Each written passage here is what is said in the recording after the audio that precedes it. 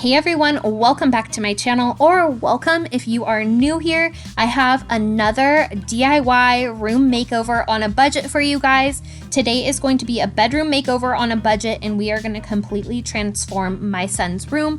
I am going to be showing you how to DIY board and batten that does not break the bank. We're going to be making shelves, we're going to be painting, and I am going to share some super affordable decor ideas with you guys. This is my second video in my home makeover series. We're doing everything on a budget here and completely transforming this home room by room. So if you are ready for a bedroom makeover, give this video a thumbs up. And if you haven't already done so, stick around and subscribe for more home makeover videos like this one.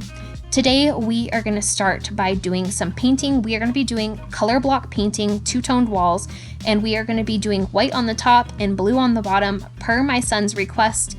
I am going to be using this paint by Behr in the color Night Blooming Jasmine. That is the white color, and the blue color is called Voyage by Behr, and they are all in a satin finish. I will have everything linked down below in the description box for you, as well as the paint names if you are interested in those. The first thing that we are going to do today is get to painting, but we're going to clean this room up and get it prepped first. I'm going to start by cleaning everything up, taping everything off. I had already kind of rough drafted how I wanted the board and batten to be in the room, and that is the paint that you see on the walls here. Kind of planned it out without doing the whole measuring, just to get a feel and an idea of what it would look like once the board and batten was done.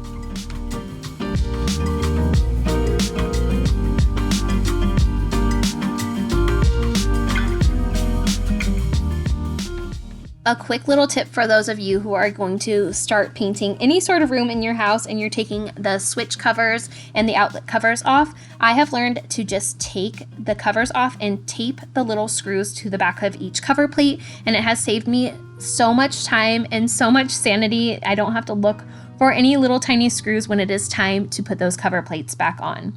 So now that everything has been prepped and ready for paint, I am going to take my level and I am just going to map out exactly where I want my white color to end and where I want my blue color to start. I'm going to draw a line with a pencil, and then I'm going to go over that line with tape, just so that the colors are not bleeding together and I have a crisp, clean line and know exactly where I want my board and batten pieces to go.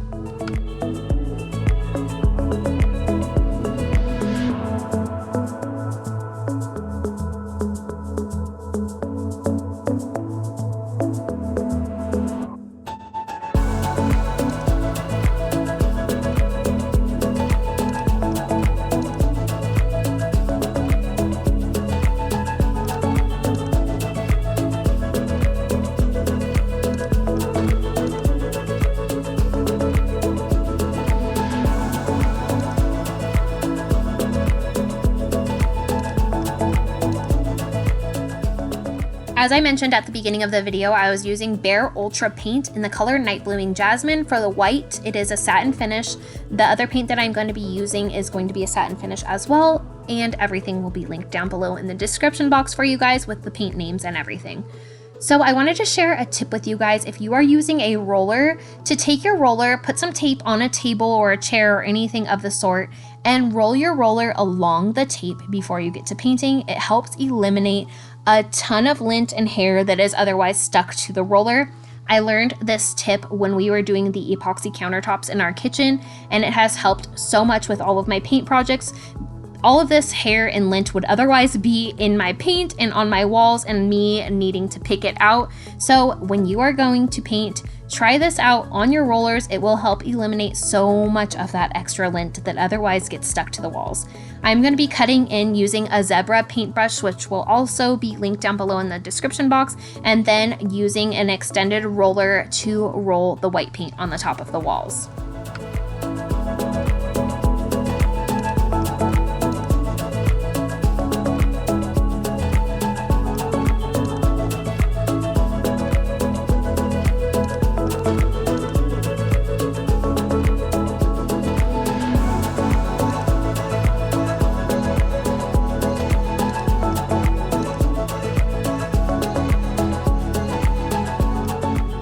After completing all of the white paint with the roller, I decided to bust out my paint sprayer. You obviously do not need a paint sprayer to complete your paint project, but I have the Graco Magnum X5 True Airless paint sprayer, and it is such a game changer. If you have a ton of large paint projects, I highly recommend this. And if you are interested in another video where I go more into depth about how to use it, let me know down below in the comments. But we are going to complete this painting with this paint sprayer, and I'm going to be doing that blue Voyage color along the walls here on the bottom portion of the walls, and then we are going to move on to doing the board and batten. We will get back to touching up the paint later after all of the board and batten is done.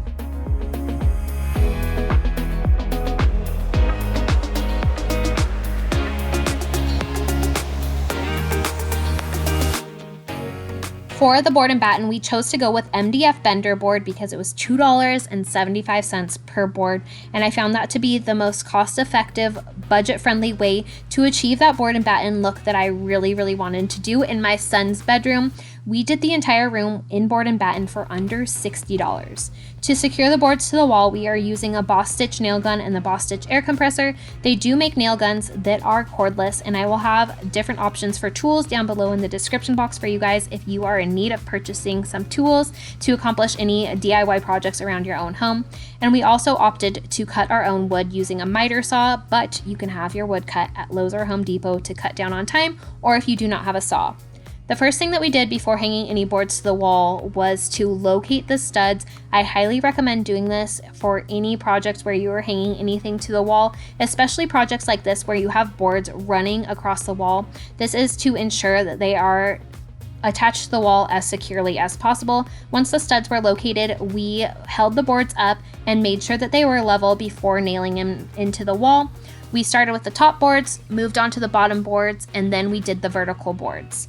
As you see here, my husband is nailing the boards into the wall, and then he made sure to mark off where all of the studs were so that we weren't losing what we had already found.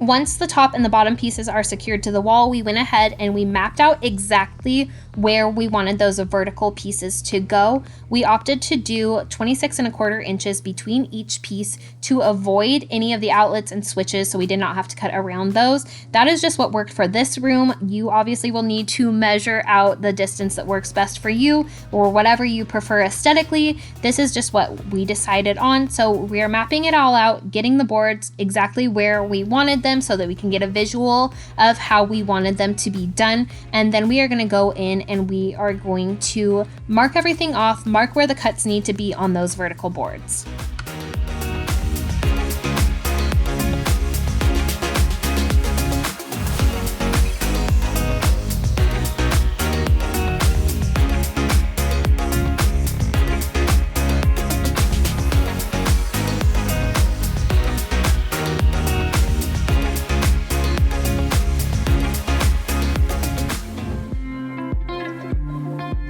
Here in Vegas, we have these rounded edges, these bull-nosed edges. I don't know if they have them elsewhere, but here in Vegas, we have to work around these, and I had never seen them before moving to Vegas. So I'm gonna show you exactly what we did to make this look as finished and as polished as possible. We opted to frame around the window so that we didn't have these edges going right up against the end of the wall and making it look completely unfinished. My husband opted to frame everything, so we're going to frame out this window, and then we are going to work on completing the rest of the board and batten in the room, and I'm going to share some tips and tricks with you guys along the way as we complete the rest of this board and batten.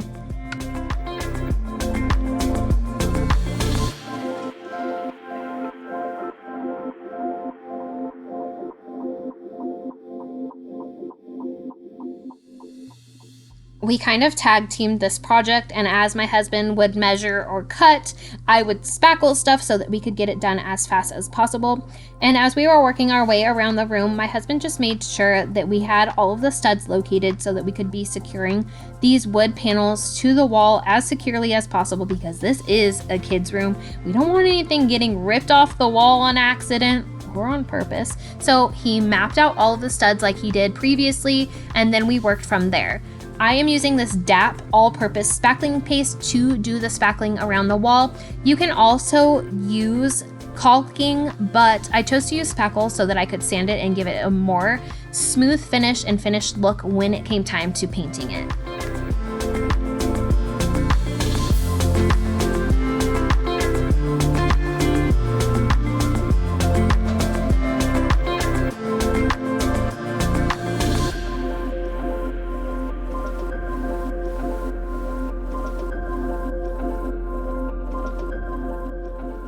When it came time to work around those rounded corners, my husband butted the pieces up as close to each other as possible, and then I just went in with some caulking to fill those seams, to fill any of those gaps. I am using the DAP Alex Fast Dry latex caulk plus silicone. It is ready to be painted in 20 minutes, and that is why I chose it. I wanted something that would dry quickly and that was paintable. Not all caulking is the same, so I just filled every seam with the caulking that was too large to be filled with the spackling, and then we ended up going over those caulked seams with spackle as well so that I could just round out the edges and sand those down too.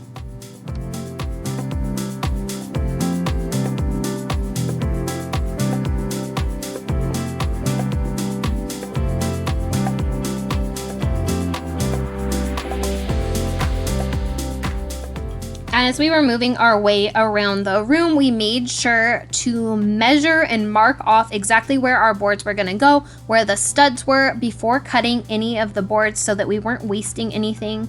And we made sure that when we were marking everything off, that we tried to make the board as flush to the bottom panel as possible. So you just fit it in there and then you mark it off exactly where you wanted it to go. I would get down to eye level and then mark it off. And then to make sure that we were keeping the piece that we actually wanted, we put arrows towards the piece of the board that would be cut off that we were going to dispose of. As you can see here, my husband is just making sure that everything is flush to the bottom before marking it off so that we are not wasting any of those boards and not needing to go back to the store and buy a ton more.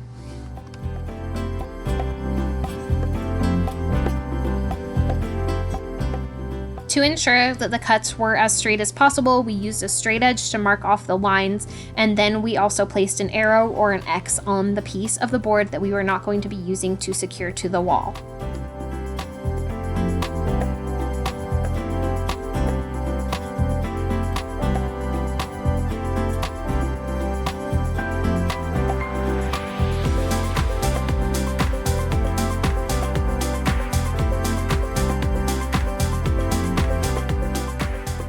Before nailing any of the vertical pieces up, we also made sure that these were level. I was learning all throughout this project, so that is why you see my husband a ton in this video. He was helping me a ton to ensure that I know how to use a nail gun properly, how to use a miter saw properly, and making sure that I was paying attention to get everything level, because I am more of a get it done person than a perfectionist person, and he is the perfectionist person. So we make a great team when it comes to doing projects, and he knows how to do everything. So thank you to him for helping me get this room done and achieve the look that I wanted for this room.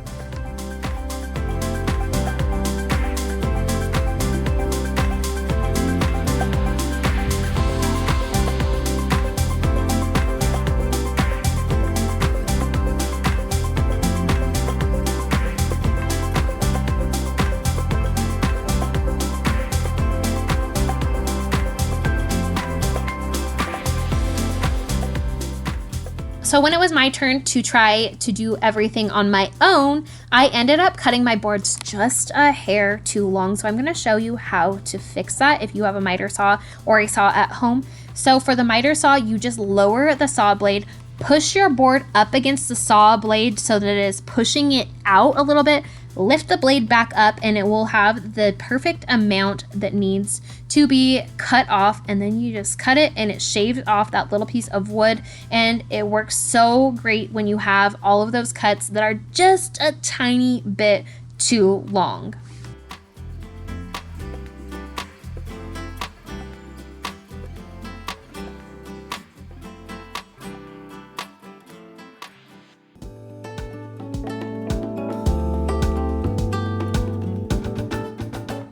The boards are up, everything is spackled and caulked, and everything has dried, so it is time to sand down all of that spackling, sand down the seams, and round off any of those corners where we had to butt the pieces up next to each other. And I'm using my DeWalt hand orbital sander and 320 grit sandpaper. The higher the grit, the smoother the finish. So we are going to be using 320 grit today to give these as smooth and seamless finish as possible.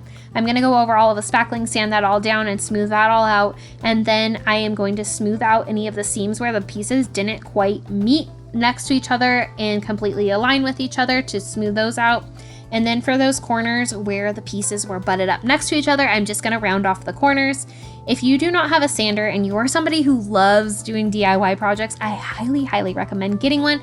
You obviously do not need one. You can sand everything by hand. You do not need a paint sprayer. You do not need super fancy gadgets to do DIY projects and get stuff done. But the orbital sander does save you a ton of time. So after everything was sanded and smoothed off, it was time to get to painting. And before I do any painting, especially after sanding, I like to wipe stuff down. So I'm going to wipe down all of the walls and all of these panels to make sure that I'm getting any excess dust off before painting them. And we are going to be painting the walls in that Voyage blue color by Behr that we used on the walls already. And I am just going to use a brush and a roller to paint these panels because getting the paint sprayer out takes a ton of prep work. So we're just going to be using a foam roller and that zebra brush that I love. The foam roller gives you a nice smooth finish. It is used on cabinetry and all of that stuff that you want a smooth finish for, cabinets, doors, all that fun stuff. So we're going to use the foam roller on these panels and get those all painted to match the walls.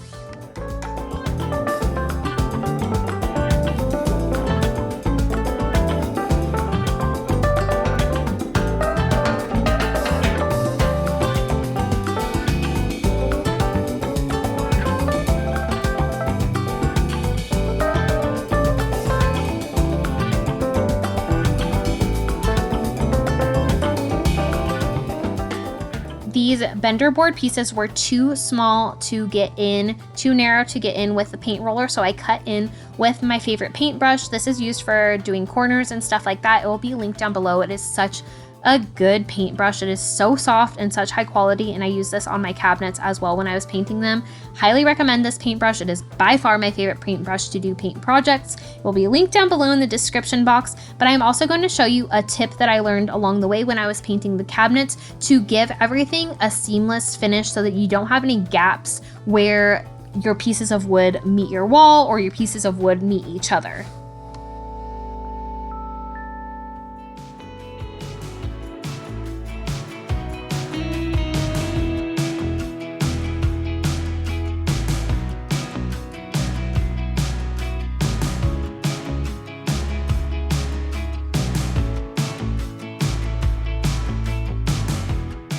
So as you can see here, there's kind of these bubbles, these gaps between the pieces and the wall because we do have super textured walls, but I had the same issue with my cabinet doors when I was painting them. And all you need to do to fill those is to take some caulking. I'm using the same caulk that I used before, and I just put a little bit on those little seams where you want a smoother finish and just filled those and then waited for it to dry, and I painted those.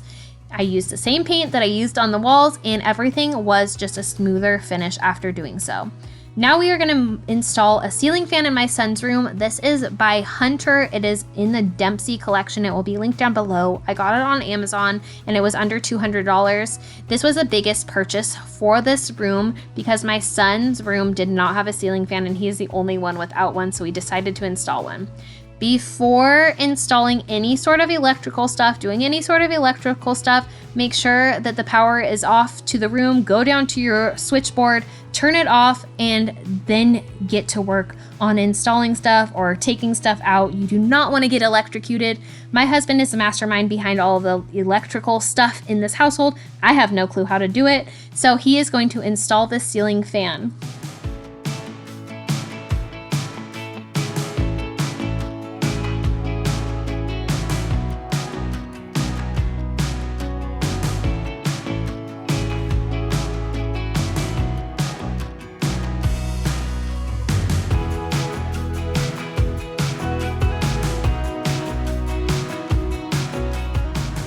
We have the ceiling fan installed, we have the boards up, and mostly everything painted. So now it is time to go in and fix all of that white paint because there was a ton of overspray from when I used my spray gun with the blue paint. So I'm just going to take care of all of that. I'm going to tape off the top of the boards, and then I'm just going to cut in using my favorite paintbrush and the white paint and just fix everything and try to give it a little bit more of a seamless, perfected look, because I just wanted this room to be perfect for my son. So I'm gonna go over all of the blue paint and correct that and make it white.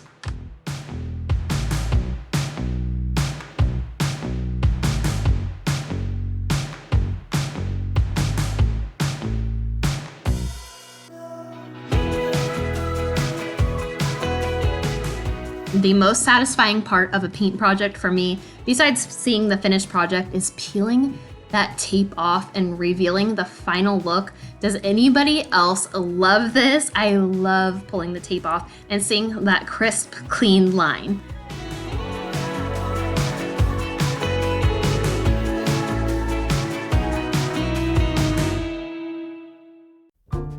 I'm gonna make a shelf for my son's room using common board from Home Depot. It is the cheapest board that you can buy in the store. You can buy more expensive wood, but you can also go with the cheaper wood. You don't have to buy anything super expensive and break the bank just to make a simple shelf. When I am at Home Depot, I make sure to pick a board that is not bowed or bent or super dinged up. I did pick one with knots because I wanted a little bit more of a rustic look to it. And I'm just going to sand that down using my orbital sander in 320 grit sandpaper, just as I did the Bender boards in the bedroom. And yes, my garage is a disaster. Let's just pretend all of that mess is not there. So we're gonna sand everything down, and I'm gonna show you the difference between the sanded wood on the right and the unsanded wood on the left. Sanding it down just brings out the beauty in the natural wood, and it helps remove any gunk and grime that may have gotten on the boards in Home Depot. And you can also smooth out any splinters or those cut edges on the end by sanding it. You do not have to sand your board, but I highly recommend doing it.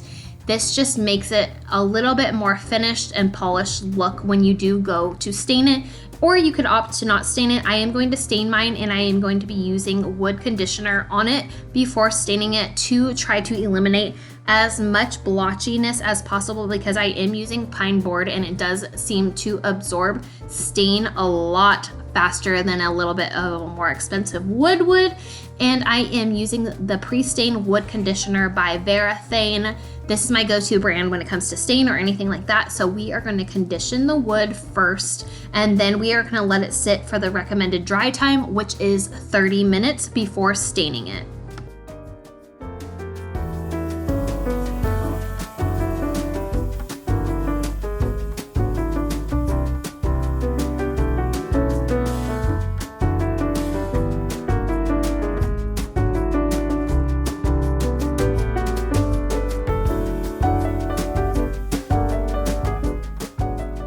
So once the 30 minutes was done, it was time to stain my wood piece to make a shelf. And I am using Varathane Penetrating Wood Stain in the color Golden Oak. This is my go-to stain lately. I really love the color of it, especially on this pine wood. And I am wearing gloves this time. I did not wear them in my last video.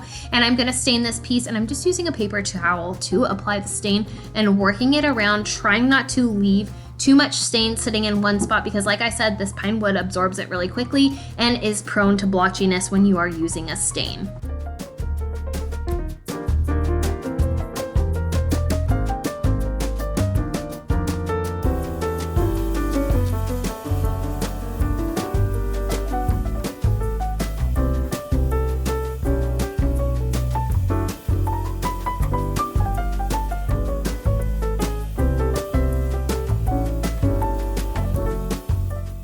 It is time to decorate this room and get it put together for my son. We have been talking about redoing his room for so long, and I promised him as soon as I was done with the kitchen makeover that I would start on his bedroom. So I'm so excited to see this come to life and get it decorated for him.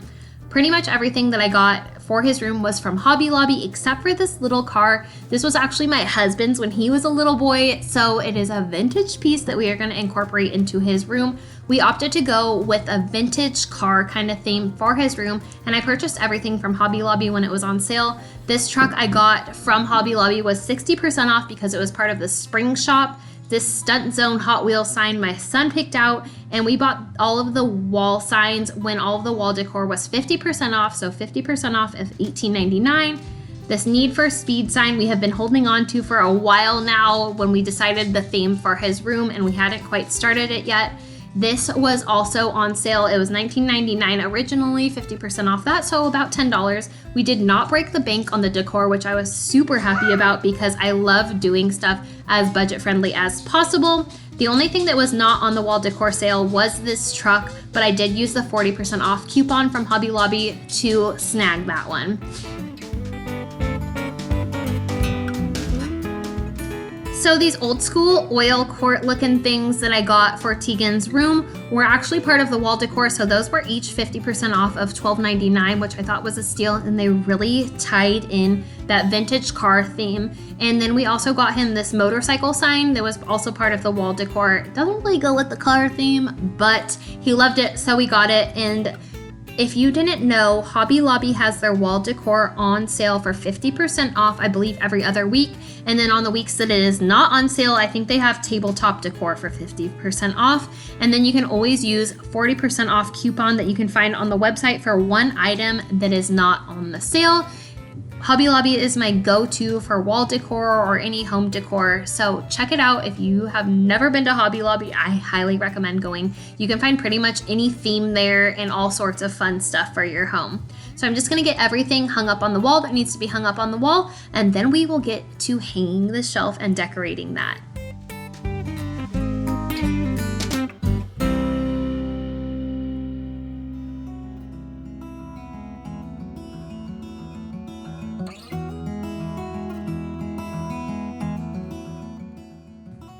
So I decided to put the shelf that I made along this long wall here. We are not going to be screwing it into the studs because it just didn't line up with the brackets. So we're going to use drywall anchors, and we are going to use these brackets that I got from Home Depot. I believe they were like $1.62 each. They were super affordable compared to the brackets that I used for my kitchen makeover video. I will have them linked down below for you guys. They have white, they have black, they have like a galvanized steel color, and they have all different sizes. So those will be linked down below for you guys. We used those drywall anchors to ensure that they were held up in the wall as securely as possible since we were not using the studs to do so.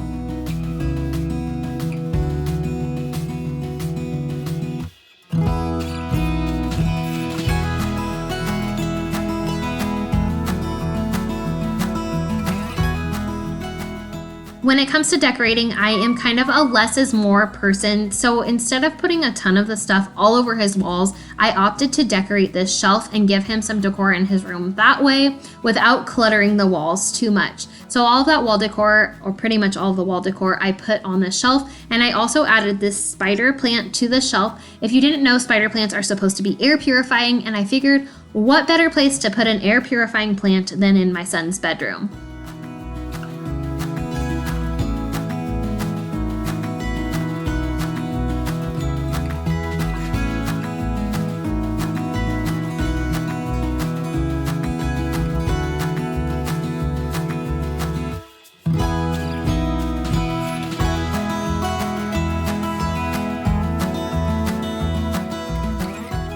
It is time to add some finishing touches to this room, and I cannot wait to share the completed transformation with you guys. I'm gonna add some car bedding to his bed, and this is something that we've had for a while now, so I didn't have to go out and spend money on that, which cut down on the cost of this bedroom makeover a ton.